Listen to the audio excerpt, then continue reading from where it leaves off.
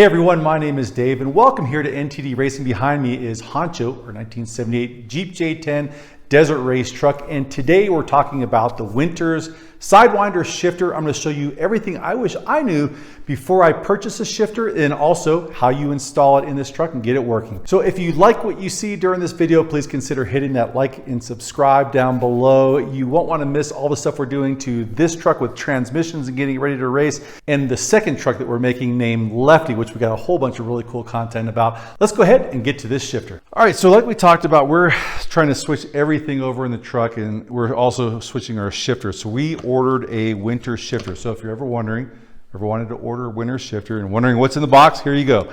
We get ours from Car Tech. We get a lot of our stuff from those guys. They just got everything because you can't purchase, you can't just call Winters and have them ship it to you. You got to buy it through some kind of a vendor. So looking inside, first off, they give you a manual. It looks like they got all the stuff in there, and it's going to have directions on how to put this shifter on any kind of transmission. In this case, we have it for the Turbo 400 or the Turbo 350. They got a parts kit here with all the brackets that we're going to be using. I'll show you how we're going to put those on the truck. And then here is the Sidewinder shifter that we're going to be using. You can see the gate that it has on there right now. This is not the gate that we're going to use, and I'm going to show you how and why we're changing this over to a different gate here in a second. Pretty well packaged, pretty simple there is how they're using the cardboard in there, so everything came pretty safe. And then at the bottom of the box, you can see this is where the shift cable is.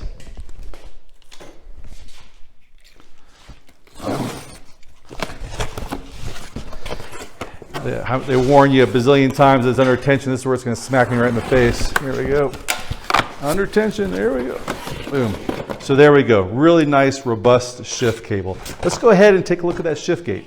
Okay, so here are the shifters. Let me quickly explain what we got here and why we chose these shifters. So first of all, the transmission valve body that we are going to run is called a full manual valve body with a reversed shift pattern. And what that means is, you know, in your normal car, you go from drive, you pull it into reverse to neutral, and then you go into the drive gear, right? And then if you want to downshift, you go into 2, and then you go into 1.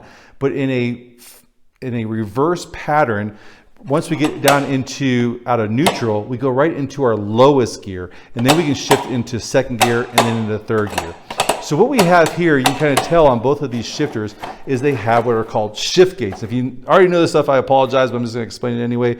These are called your shift gates, and there are a couple different patterns that you can have. And when we ordered these from Car Tech, they came with this shift pattern, this shift gate, and we didn't want that one. And then it also came with this shift gate, and we also didn't want this one. There's a couple different ways to change it. Like a shift gate like this, let's say it was a reverse pattern. Well, you can see inside here, they give you some stickers, and you can just kind of put some stickers on there to show you it's a reverse pattern.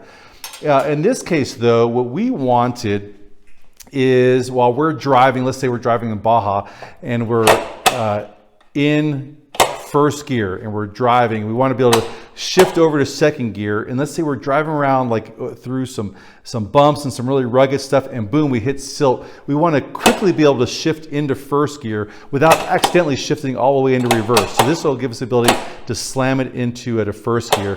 That, or if we're driving down the desert, you know, we're going up a hill, we can slam it into second gear without being in jeopardy of going into first gear. Likewise, let's say we get stuck, we can go back and forth between reverse and neutral pretty quickly there. And so you can kind of see how the different gates that you put into the shifter will, you know, basically suit the way you plan on driving your vehicle, and this is how we plan on driving ours. So I need to change the shift gate in this shifter.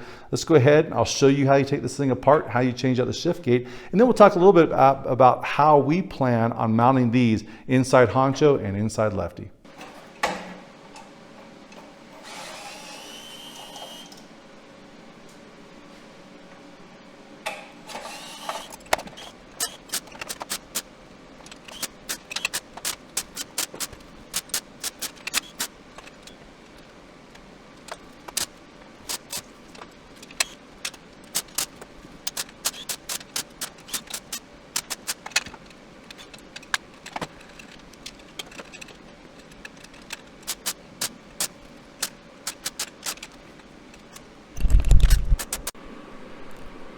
All right, so let me take a brief second to kind of show you what I got going on with this thing. So you see I took the side plate off, and you watched me do that. That was a little bit of a 7/16" bolt there, and then a couple Allen head screws that take the other parts off. I pulled off of this plate came out, and then the way that it goes in is you can kind of see these pieces of extruded aluminum, they slot inside there, and then this new shift gate basically goes inside the extruded aluminum. That piece bolts back over on top, and then these other Allen head screws, they're going to go ahead and feed right in on both sides there, and they're going to screw right into that extruded aluminum. Pretty easy to do. Once you take it apart, it's really obvious. It doesn't look like there's anything that come apart that you can't put back together. It just maybe it, you know, takes a little bit of fiddling with it to make it work right. Pretty much done except that under piece.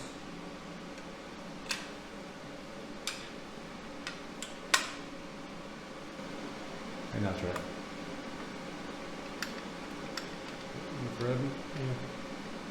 All right, so the new shift gate is on, and you can see these fasteners right down here. Just a little bit tricky, and having an extra set of hands to put those in definitely helps, so you can kind of hold everything together. Once it's in there, it seems like it's pretty stout.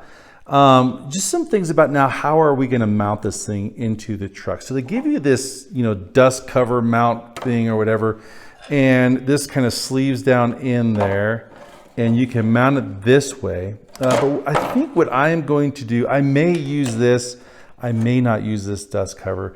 But just taking a look at the hardware here, you can kind of see how the shift cable is going to come in here. Now this thing can orient in different orientations depending on how your dash is. Like this thing, it goes straight down, and you can kind of see where the other end of the cable goes. It can be oriented in different places on this little shift, we'll call it rows here, just depending on how this thing is oriented. But I think that we're going to leave it just like that.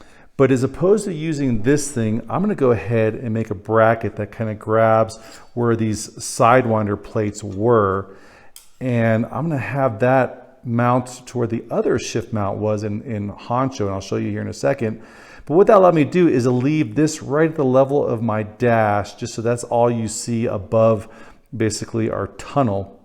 And then everything else will be going on underneath, and I'll use those holes. So let's go ahead and I'll show you how we're going to do that in Honcho, and then we'll hop on Fusion 360, cut out some parts on the Langmuir Systems Crossfire XR, and I'll show you how I'm going to make the mount for this thing to go in Honcho. All right, I kind of like to call this the dirty secret of Honcho. This is the tunnel. And you know, we did our wiring right before the Baja 1000, I think 2 days before we started wiring and got this thing done. So we're going to take all of the wiring out. We're going to redo it. It's going to look pretty trick. I think we've learned a lot of lessons about wiring, and less is more, you know, and minimize the number of junctions we have. But anyway, we're talking about shifters. So here is the low car shifter that we were using, and it did a pretty good job. I think this little switch here is a little problematic, but besides that, this shifter for the 6L90 I think was pretty good, but it won't work with our new transmission. So we're going to go ahead and I'm going to cut this one out right now, cut the mount out, and then we'll start figuring out how we're going to design a mount for the winter shifter.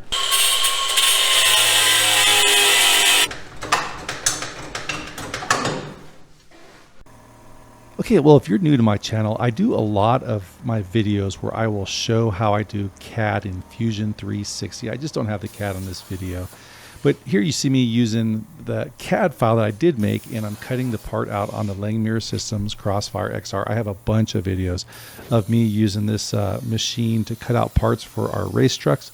So if you're interested in seeing those, check those out. And if you're interested in one of these tables, then if you use code NTD Racing at checkout, it'll save you about $100. And you can also check out all of our other links for different things we're affiliates for in the description below. Or if you go to ntdracing.com, you'll see all kinds of information about our team and different cool things that we use in the shop. Let me show you kind of some of the mods we did here to get this thing in there. You can see we just kind of put some, I actually plasma cut these and bent them in the press brake, but we're going to use those bolts that kind of went into the side, held those sidewinder plates on there. We took those out, and we're going to use those locations to mount these plates on the side. And then they just kind of sit on top of these brackets and bolt down on there, and that should be pretty good. in the tunnel. Now realize it is going to be this, all these parts will be in the direct line of all the stuff that goes through the tunnel, the dust and all that kind of stuff. So we'll get a chance to see how this thing lives up and how it survives in that kind of environment without its normal dust cover on. All right, we have the Turbo 400 flipped over here and the pan off. There you see the pan down there. And I had to also take out the filter. And the reason I had to do that is because with the Winters shifter, we're going to modify this slightly. This is the thing that is when you're shifting gears and the gears kind of clunk through the shifter. This is what basically sends that feedback to you and holds the shifter in place. And so this is a spring, and it's got this little bolt right here. It's a 5/16 inch bolt, probably ½ inch head. And what they say in the Winters shifter is to put a 5/16 USS washer in there. And I was like, I don't know what a USS washer. I looked it up. That means it's a 7/8 inch washer on the outside with a, a 0.375 inner, or about a 5/16 inner diameter there. And I'm going to go ahead and take this bolt off, put this washer on there and put it back in. What you'll see it will do is it will basically hold this spring down a little bit further out and making it a little bit more rigid. So as you shift, it'll give you a little bit better feedback and make that shifting points just feel a little bit more more positive on there. So let's go ahead and do that. Once we put the bolt back on, it will go on. It was really hard to find anything. It's a 5/16, so I'm going to put it on with about 18 foot-pounds of torque.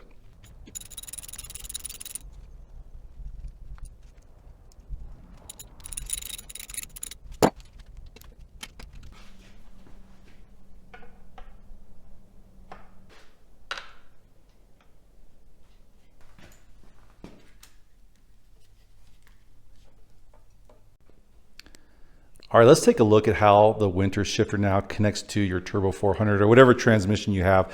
The instructions in the book that they have, I would say the pictures are pretty good and the detail is, I would say fair, but it just isn't that complicated, so it makes it pretty easy to hook it up. And then, basically the other instructions on how you connect it to the actual shifter, the Sidewinder you have, are also pretty good, but here it is in a little tiny sheet of paper.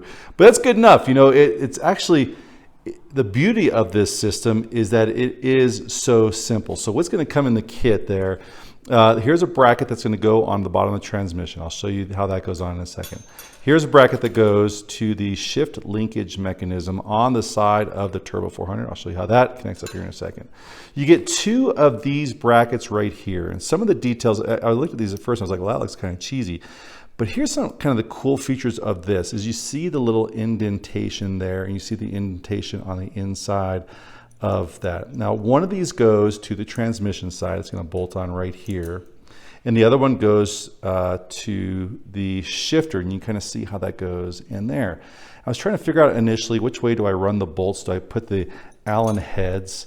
Do I put those on the top, or do I run them upside down with the bolts on the top? And they actually, looks like they thought of everything, because you can run your Allen head, your Allen tool right down inside there, connect it to the bolt, and then tighten it from the bottom side. And then those ribs that I was talking about that are on the top of that thing, those lock in right here to this part of the shift cable, making it, it's not going to move around. I think that the design is simple, but it's beautiful in that it's so simple. The other part is this screw piece right here, the threaded end right there, will basically thread into this piece on the bottom. And then the other end will thread into this, I think they call it a ball joint coupler or something like that, which makes it a quick disconnect. And it'll thread it on the other side. And this will be the side that you adjust to fine tune to make sure that you are in park, and you're not in between gears and those kinds of things. Let's go ahead and start getting these parts on the transmission. We'll get this thing in. We'll drop the engine in and we'll just make sure we'll get everything lined up and make sure it shifts correctly. All right, an 11/16 inch bolt put that lever on for the shifting mechanism with no problem. I did put a locking washer on the back there just to make sure that thing didn't come off. That might not be the right thing to do, but if it comes off and I'm wrong, I'll be the first one to let you know. Just notice which way the ball is oriented on this thing. It goes to the inside, and that's so that it lines up with the whole shifting mechanism that goes on the back. And let's go ahead and flip this thing upside down and put that thing on. All right, I'll do the best I can to show you how I'm going to assemble the whole cable and the shifter and connect it onto the transmission. So I have this bracket right here assembled with one Allen screw and one nut, so I can kind of open it up and feed the cable all the way through there.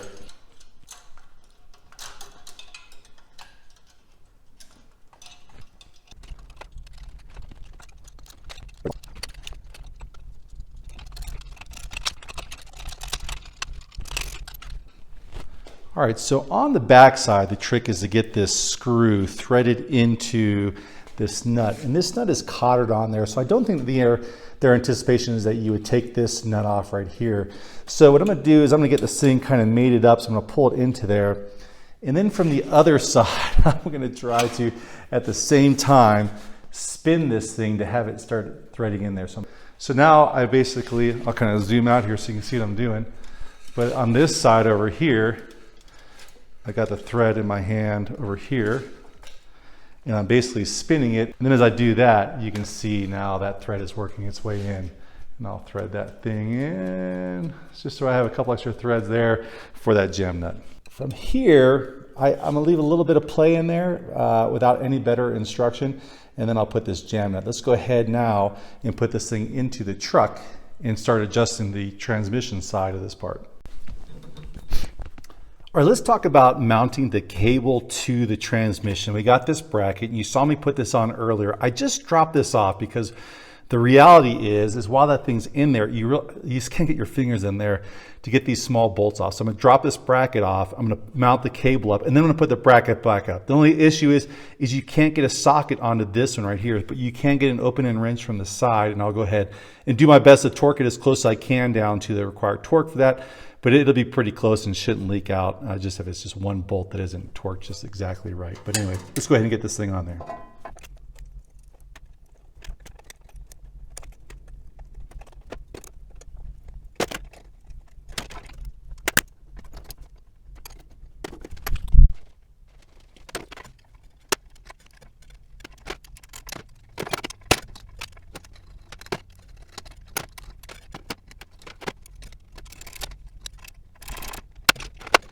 All right, so this is the first one I ever hooked up with these. The instructions have the bolts going in that way, opposite the direction I had. I turned those around just so I would be able to actually get a socket on there. It just made it a lot easier, and you can get the Allen wrench on the other side. I'm gonna go ahead now and bolt this thing back up to the transmission.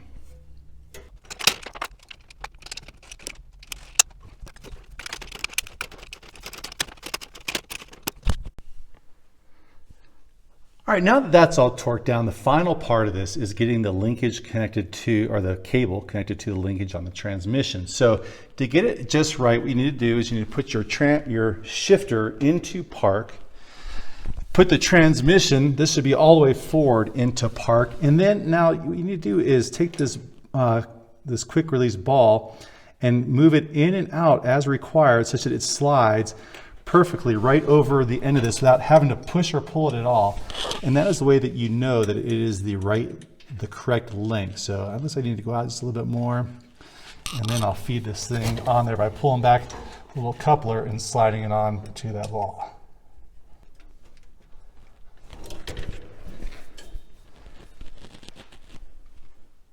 There, now that it's on there, now you can go ahead and shift through the gears, and you should feel it click smoothly into those gears, into the detents down there, and also on the shifter.